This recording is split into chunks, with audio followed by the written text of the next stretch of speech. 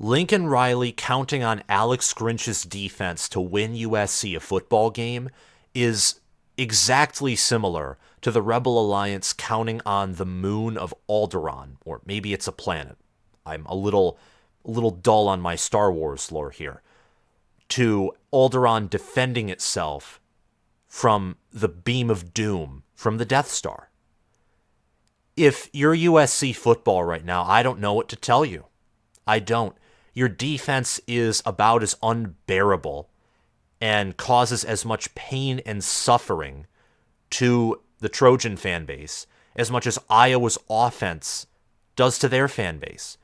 In fact, probably more than that, because Iowa football is not expected to compete for national titles, let alone for conference titles. And yet, USC over here is a blue blood that is getting pounded drive after drive, game after game, by Utah, by Kyle Whittingham. Kyle Whittingham's a top 5 head coach. Few people rank him that high. Many don't view him as an elite head coach, but he is. He's top 5, top 4 nationally. He is the embodiment of Paul Chryst from 2015 to 17, except better, and unlike Chryst, Whittingham has never gotten dull. He also looks like a movie star, so that's a total plus. And he has really great character. He commands the locker room well. He establishes discipline and physicality amongst his players. And his team is versatile. I mean, Bryson Barnes is a former walk-on at quarterback. And Sione Vaki never played a snap on offense until a few weeks ago. When Utah is suffering through so many injuries on offense, they need him to play running back and also play running back / receiver out of the backfield. And you know what a walk-on and a converted defensive player do? They outplay USC stars on offense. USC folded up like a lawn chair. They made Bryson Barnes look like prime Lamar Jackson. What are you doing letting him scramble down the field, pardon my grammar, get inside the 25 and set up a game-winning field goal for a team that is not traditionally known for their kicking unit? What are you doing, Alex Grinch? And what are you doing, Lincoln Riley? You have Caleb Williams at quarterback. You have Marshawn Lloyd and Austin Jones, one of the better and more explosive and balanced running back duos in all the country. You pass 35 times and you run 23, averaging over 6 yards per carry, and Marshawn Lloyd having an explosive run. What are you doing? Serious right here. Alex Grinch shouldn't be allowed back in the practice facility ever again. Now, that's an exaggeration. He should coach until the end of the season, but after that, he has to be let go. I mean, him and he who shall not be named from Iowa had some of the most pathetic performances in Week 8. It blows my mind how some of these teams with head coaches that are praised all around, like Lincoln Riley, Kirk Ferentz, Jimbo Fisher, Dabo Swinney, Mario Cristobal, although people more accurately rate him and are free to criticize him, these coaches are too often viewed through the past. View them and take them for what they are in the present. Thank you. Before we resume with this video, please subscribe to the channel and click the notification bell. USC fans, welcome to the Big Ten. I'm excited to have you, UCLA, Washington, and Oregon added to what should be, starting next year, the deepest and best conference in all of college football. And who knows? Right now, according to FPI, points per play, yards per point, and all these other advanced analytics, and even my own power rankings, the Big Ten looks like it has some of the best teams in all of college football right now. And Michigan and Ohio State are beginning to be widely regarded as the top 2 teams in all of football, which is awesome. And for USC, as much as I just complained about them and ripped them for the previous few minutes, and rightfully so, I think that Lincoln Riley can quickly fix all of that. It I think is easier than some may want to admit, or easier than some may think.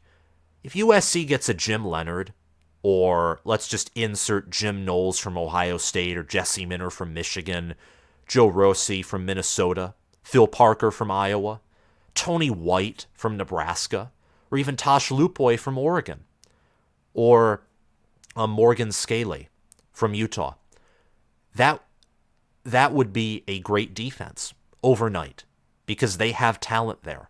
And Lincoln Riley, with his offense, even though it's looked bland and off-kilter this season, Lincoln Riley's offense with a great defense would be intimidating. That would be a playoff team and a true national title contender, unlike every Lincoln Riley team that we have seen since his best team in his head coaching tenure, that being 2017 Oklahoma. So like this video, subscribe to the channel, click the notification bell so you get notified when I talk more about USC football, Big Ten football, which USC will be a part of next year. And also I like to touch on Oregon, Washington. UCLA has played some good games, but I haven't gotten to them yet. But I'm trying to target Pac-12 fan bases that are joining the Big Ten next year just to get you all familiar with the best YouTube channel for Big Ten football. So comment your thoughts down below as well, your reaction to this game, especially if you're a USC fan or if you're a Utah fan. Utah is one of my favorite programs in college football, again, because of their toughness, their versatility, their elite coaching. They have one of the best staffs in all of college football. In fact, they might have the best staff in college football in terms of development, coaching, play calling, and putting their roster and themselves in a position to win. Utah is an incredible program. I wanted them, in fact, to join the Big Ten, but it will be awesome to see them in the Big 12. Lastly, check out my Patreon page via the link in the description. My Patreon features, if you're an All-American or Heisman, Patreon bonus content with insider access to my potential power rankings, which try and predict wins and outcomes relating to spread. It got this game right. It predicted that Utah was going to go into USC and win, and indeed they did. And for the Trojans, I just say, whether it's shame, whether it's disappointment, whether it's sadness, I don't know what emotions that staff, locker room, or the fan base are feeling, but it can't feel good. Your college football playoff hopes are already over if you're USC. And the way that USC lost was just an epitome of the team that they are.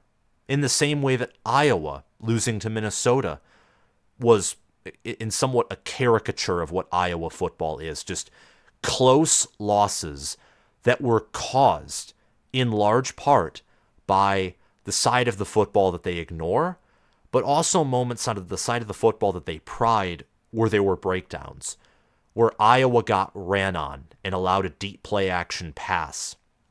USC on offense settled for multiple field goals, and USC failed a 2-point conversion that would have brought this game effectively to overtime. Caleb Williams was 24 of 34 for 256 yards. He threw no touchdowns in this game. So this isn't just on Alex Grinch. This is on Lincoln Riley and really the whole staff for USC.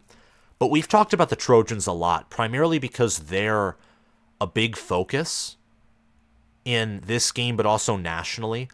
Utah, I thought preseason was college football playoff national title contender material. The problem is Kuthie's still hurt. Their running back room is in tatters. Jaquindon Jackson, it's basically Jaquindon Jackson and Sione Vaki right now.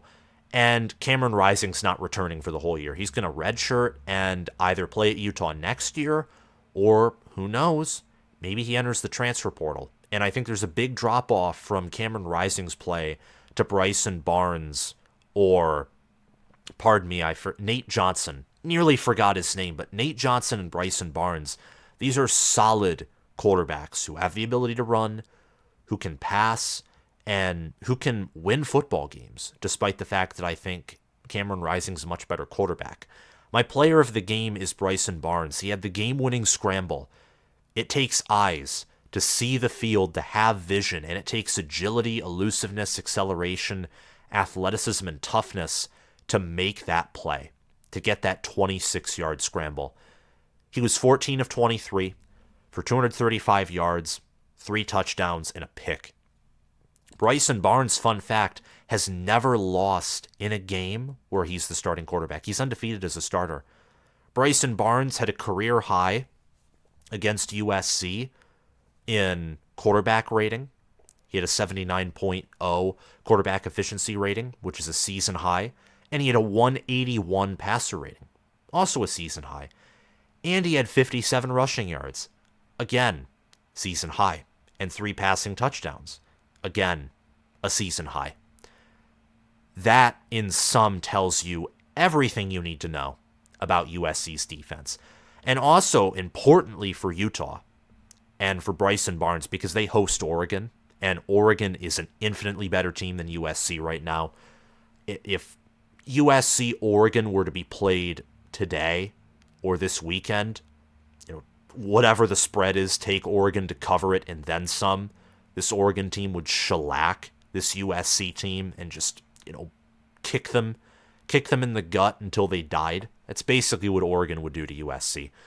Utah has the toughness and the home field environment to potentially pull off something here, especially since USC did look sluggish against Washington State, and I imagine they're still recovering and trying to, get the diesel engine going after a disappointing loss to Washington. This game's a confidence builder for Bryson Barnes. Bryson Barnes averaged over 10 yards per pass attempt, 3 passing touchdowns. He had 1 bad interception that was returned for 6. That's the other funny thing about USC. They only had 1, 2, 3. They only had 3 offensive scores. They only had a total of 26 offensive points. And really, if you only count, touchdowns that were scored and then the extra points following them, they only had 20. I mean, that's crazy to think about. USC's defense has showed moments where they, you have potential. They can make plays. They can get sacks, pressure, can force turnovers, but they can't stop the run. They can't cover the pass. In truth, USC's defense is as follows. Either they sack you, they force a turnover, or they let you get into the end zone and score a touchdown. Maybe occasionally they hold you to a field goal. It's crazy. And the offense against Notre Dame only scored 2 touchdowns. They only scored 3 touchdowns, one of which was due to Zachariah Branch, phenomenal player, awesome wide receiver, some of the fastest wheels in all of college football, and he has brains.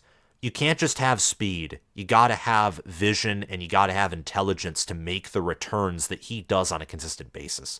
He's going to be one of the best wide receivers in the country, I'd say, as early as next season. He made an amazing return, nearly for 6, and I think it was Utah's punter or one of the other special teams players that stopped him short. And that set up USC's touchdown from 11 yards away from the end zone. That was a Caleb Williams 11-yard run. But for Bryson Barnes, he outplayed Caleb Williams. He really did. And Kyle Whittingham was not afraid to make comparisons after the game, praising Caleb Williams, but also referencing Bryson Barnes and talking about him and saying we're proud of him too. And you should be. Bryson Barnes, he made the throws to Sione Vaki. He only had 1 turnover. He made several, perfect touch passes, accurate throws, over 50 yards of scrambling, setting up the game-winning score. Managed himself well. Went into an environment that I won't say is hostile, but it's still a road game. It isn't like a road game against Indiana or Duke or Rutgers or Maryland or Vanderbilt or a team that lacks a fan base or can never fill their stadium. As long as USC is successful, that place will be rocking, bumping, it'll be loud, whatever you want to call it. But he went into that environment, a tough road Pac-12 environment, and he won. And I think that USC, more so Utah, rather, they've put themselves in a good position. This is building Bryson Barnes' skill, his character, his toughness, He's going to get confidence out of this game. For USC, this is demoralizing. It's not like they lost to Cameron Rising Utah or a fully healthy Utah. If Utah was healthy from the get-go, maybe they still would have lost to Oregon State, but we'd be talking about them as potential playoff contenders right now if they were fully healthy. This defense is among the best in the nation, especially at defending the pass. They have to get a little better, in my mind, at defending the run. It's an area where they have some vulnerability. Offensively, Utah is challenged, but they looked good in this game. Large part of that due to USC's inept defense, but also I think they did show out a little more than we would have expected from Utah here. Utah is they're not even close to being inside of the top 50 in points scored per game. In fact, they're 99th. They're barely inside the top 100, scoring 23.4 points per game, only allowing 15 points per game, though, which is 11th nationally. So Utah's down several mighty men, and yet they came into USC, and they beat a team that is infinitely more talented than them and that recruits much better than they do. And Kyle Whittingham is now 3-0 against a head coach that many would rank ahead of him. But as I've said before, I think Kyle Whittingham's a top 5 head coach. In terms of USC, I don't think Lincoln Riley, I gotta be honest, after watching this team, and it's one thing if USC looked as grimy as they did in their first 6 wins, but then they won close against Notre Dame, or they won close against Utah. Because then you could say, hey, this team is, pulling itself along and they're struggling, but they're still getting good wins. They're closing out. And I'd say if USC was 8-0 right now, the conversation would probably be more along the point of Grinch probably still needs to go, but USC just needs better players in the trenches and a new DC and better defensive players, and you just get those things, Lincoln Riley could have himself his first national championship. But this 6-2, and the offense being as effortlessly to diagnose as they have been, Notre Dame shut them down. Utah didn't shut them down, but they limited that offense, and they did it very nicely. This isn't just on the defense. This isn't just the fact that Andrew Voorhees and other offensive linemen left the program for the NFL. That's not what this is. This isn't USC needs to reload at wide receiver because they no longer have a Jordan Addison type. That's not what's going on here. The offense, along with the defense, is soft, unorganized. They're anti-clutch. They are literally the definition of anti-clutch. Zachariah Branch is probably the most clutch player on that team right now. Because if he doesn't return that punt, Utah may not have had to scramble inside of the 30 to set up the game-winning field goal. They might have been able to stop USC right there and knee it out. I don't know, though. But Utah had 401 offensive yards, 18 first downs, 25 minutes of possession, 1 turnover, 4 touchdowns, 3 from the offense, 1 was a pick 6. Utah outgained them in total yards. They had a 10-minute possession advantage, a 5 first down advantage. Both had 1 turnover each, a fumble for USC, an interception for Utah. Utah was 2 of 3 on 4th down, 3 of 13 on 3rd down. USC was 4 of 11 on 3rd down. Utah had more penalties, 8 penalties for 50 yards. USC had 6 penalties for 47. Utah had almost 250 rushing yards and had almost about the same amount of passing yards with more yards per attempt than SC. Utah was more efficient with so much less and so many injuries. They were more efficient on both sides of the football. That is utterly humiliating. This isn't just an Alex Grinch problem or a recruiting problem or a rebuilding problem. This is a Lincoln Riley problem. This performance, along with Notre Dame's, and the performance against Arizona, against San Jose State, against Colorado, I'm questioning whether he's even a top 10 or top 15 head coach. I really am. Is Lincoln Riley aware of what's going on? Does he care about the future of USC? Does he care about the defense? Even about the offense? Does he care even about Caleb Williams? Does Caleb Williams care about the team? I mean, Caleb Williams hasn't been protected all season long.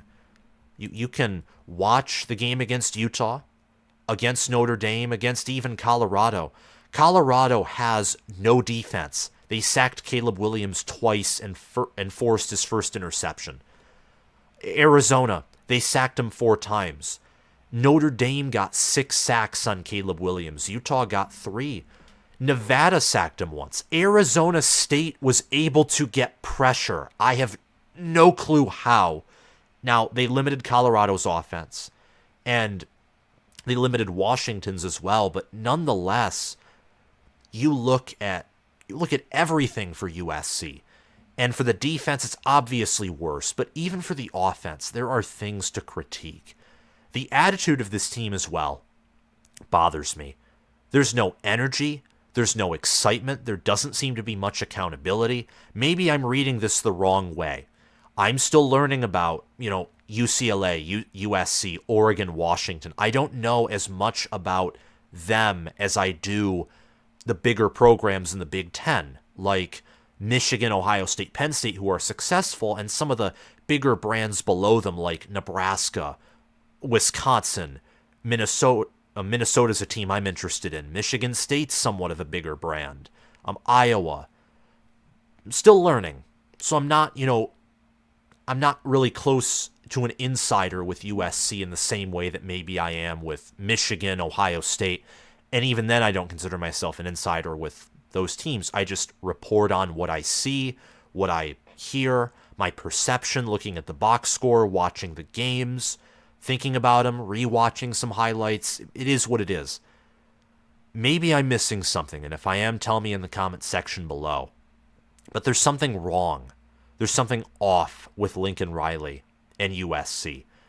And these are things that have to be fixed entering the Big Ten. Because how this team is playing in the Big Ten, Penn State, Ohio State, and Michigan would blow this team out of the water. This game would be over by halftime. And against other teams, even though there's a big drop-off from those 3 to the rest of the conference, you're telling me that USC is going to stop Braylon Allen from running all over them? You're telling me that even Rutgers with Kyle Monungai can't run over this defense, control time of possession, and also that, Bryson Barnes isn't an elite passer. He's not even really a great or good passer. You're telling me that Gavin Wimsatt or Brennan Sorsby or even Heinrich Harburg, dare I say his name, couldn't light up this secondary? This is bonkers. How and why is USC this way with the talent they have? Because every issue that Lincoln Riley has been ignoring is coming back to slap him in the face. He also, I've heard reports that he's interested in the NFL, and that would also explain a lot of this, because the team doesn't seem focused. Riley doesn't seem focused. Riley right now, to me, looks like a guy who thought that he would waltz in to the Pac-12 and own everyone and everything instantly. Similarly to how Jim Harbaugh walked into Michigan, if I'm being honest, and then Urban Meyer was Harbaugh's reality check, Kyle Whittingham is Lincoln Riley's reality check. He owns Lincoln Riley and USC. Kyle Whittingham beat USC on the road in 2021. And then he right now is a 4-game win streak. A 4-game win streak that Kyle Whittingham has against the Trojans. 4-game win streak. It's crazy. Blew out SC in 21, beat him with a 2-point conversion, a genius play call by Andy Ludwig in 22, blew him out again in the Pac-12 championship game in 22, and beat him in a close game in 2023, just 2 days ago. The Utes have elite depth. That, to me, is very clear. I mean, you cannot have Sione Vaki switch from a defensive player to offense and have that performance and then tell me that Utah doesn't know how to put their players in the best position to win, that they don't know how to develop, and more importantly, they know their roster. They know their roster. I mean, Vaki making that switch, Vaki's one of the better safeties in all of college football from what I know. I mean, he has a pick, a pass deflected, 25 solo tackles. He played some defense, in fact, against USC. He did, and he has a sack and 34 total tackles. And then on the offensive side of the ball, he has 232 rushing yards for 2 touchdowns and 144 receiving yards for 2 touchdowns. And he even has some time in special teams. Vaki is a do-it-all player. Do-it-all player. You have to know your roster to find a player like him and to sub him into a position where he fits best. That's good on Andy Ludwig, good on Morgan Scalley, good on Kyle Whittingham, good on that whole football staff. And for Bryson Barnes to be able to make the plays that he made, and for him to join the program as a walk-on, shows that Utah is great at scouting. They're a great scouting school. They know how to do more with less and turn diamonds in the rough into diamonds. It's incredible. This is why Utah is one of my favorite programs in all of college football right now, and it's been that way for the past 2 seasons. Last year, I predicted them to go to the playoff. Well, that dream died relatively quickly. And in 2021, I think I picked them to be successful. More successful than... I think I predicted Utah in 2021 to go 11-2 in the regular season and reach the Pac-12 championship game with a chance to go to the playoff. I mean, I've been very high on Utah. And this season, I predicted Utah to go 12-2. I predicted them to reach the Pac-12 championship game with a chance to go to the playoff with a win, lose to Washington, and then win their bowl game to finish 12-2. That can still happen this year, by the way. If they can beat Utah, Utah wins every other game, and Utah wins out from here. They're only lost to Oregon State, which is what I predicted. I thought they'd lose to Oregon State in the preseason.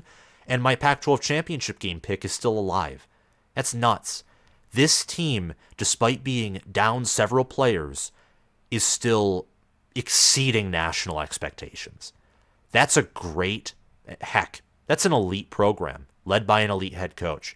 If USC had the type of scouting, toughness, the type of head coach that Kyle Whittingham is, if they had that, where would USC be right now with the talent that they have? What could Kyle Whittingham and Andy Ludwig and Morgan Scalley do with the talent littered on USC's defense, littered on USC's offense? I mean, how Utah could use Marshawn Lloyd. They could use Austin Jones. They need healthy running backs. Imagine if Caleb Williams played for Utah. We'd be talking about them like, holy cow. Utah would be a national title contender if you gave them some of USC's players. And maybe that's me stretching it, but I think that's true. So this is a stark difference in 2 programs right now. One where they're excellent at recruiting and they're excellent, maybe formerly excellent at offense, but at least still great. But they're questionable at defense. They're soft. They're not good in the trenches. Special teams is only good because of Zachariah Branch. They're sloppy. They're not focused. They don't have good attitude. Contrast that with Utah. Utah doesn't have the same offense or recruiting prowess, but Utah, their roster's more disciplined. They're tougher. Utah has great trench play. Utah has an elite defense. They can tackle. And what they can't recruit, they can surely scout and develop into NFL players. So Cameron Rising not starting really, I think, hurts this team, because I think if they had Rising playing right now, this would be a college football playoff contender. It's hard. For me, it's hard seeing them win out, which they would need to do to reach the playoff. They have Washington on the road. They have Oregon at home. Colorado. Utah's the type of team where they could get in trouble with Colorado just because there isn't that same talent gap that, let's say, SC playing Colorado, or Georgia playing Colorado, or Michigan or Ohio State or Penn State playing Colorado. That lack of recruiting talent can sometimes bite you in the butt with these small games. And we've seen that with Utah and Kyle Whittingham before. But can they do it? Can they win out? Yeah. Is it likely? No. But neither is it likely for USC. I think USC will probably lose to both Oregon and Washington. Utah has a chance of going 1-1, or perhaps, dare I say it, 2-0 in that series, with how sloppy Washington looked against Arizona State, and the fact that they have home field advantage against Oregon. Thank you so much for watching this video. Remember to like this video, subscribe to the channel, hit the notification bell, and comment your thoughts down below. I want to give a shout out to my patrons, Spencer Bringhurst and Noah DDLC, my All-American patrons, and Will Loftus, Gabriel Calendar, Roaming Noman, Matthew Sale, my all-conference patrons.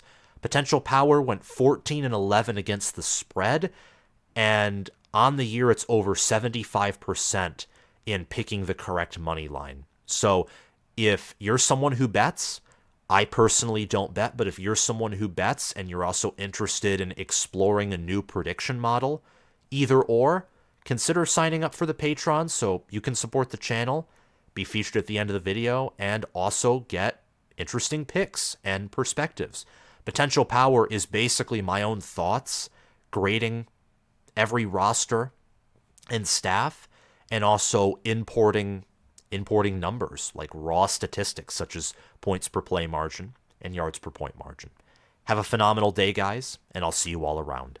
Bye-bye.